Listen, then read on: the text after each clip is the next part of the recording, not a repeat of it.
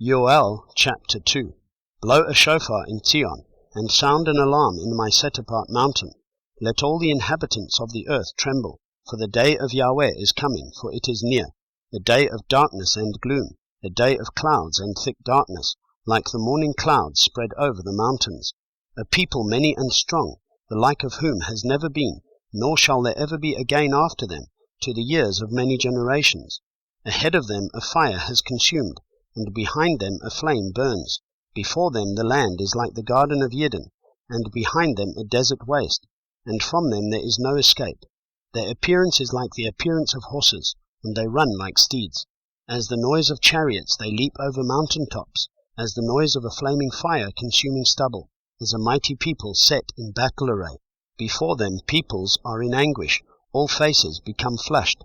They run like mighty men, they climb the wall like men of battle. Everyone goes on his way, and they do not break ranks, and they do not press one another. Everyone goes in his path. They fall among the weapons, but they do not stop. They rush on the city, they run on the wall. They climb into the houses, they enter at the windows like a thief. The earth shall tremble before them, the heavens shall shake, sun and moon shall be darkened, and the stars withdraw their brightness. And Yahweh shall give forth his voice before his army, for his camp is very great. For mighty is the doer of his word.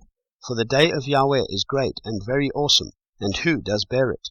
Yet even now, declares Yahweh, turn to me with all your heart, and with fasting, and with weeping, and with mourning. And tear your heart and not your garments, and turn back to Yahweh your Elohim.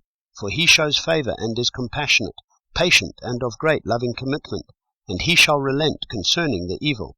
Who knows, he might turn and relent and leave a blessing behind him, a grain offering and a drink offering for Yahweh your Elohim. Blow a shofar in Zion, set apart a fast, call an assembly, gather the people, set the assembly apart, assemble the elders, gather the children and nursing babes. Let a bridegroom come out from his room, and a bride from her dressing room. Let the priests, servants of Yahweh, weep between the porch and the slaughter place, and let them say, Spare your people, O Yahweh, and do not give your inheritance to reproach, for the nations to rule over them. Why should they say among the peoples, Where is their Elohim? And let Yahweh be jealous for his land, and spare his people.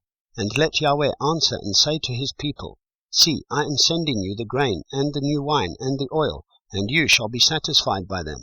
And no longer do I make you a reproach among the nations. And the northerner I shall remove far from you, and drive him away into a dry and deserted land, with his face toward the eastern sea, and his rear toward the western sea. And his stench shall come up, and his smell rise, for he has done greatly.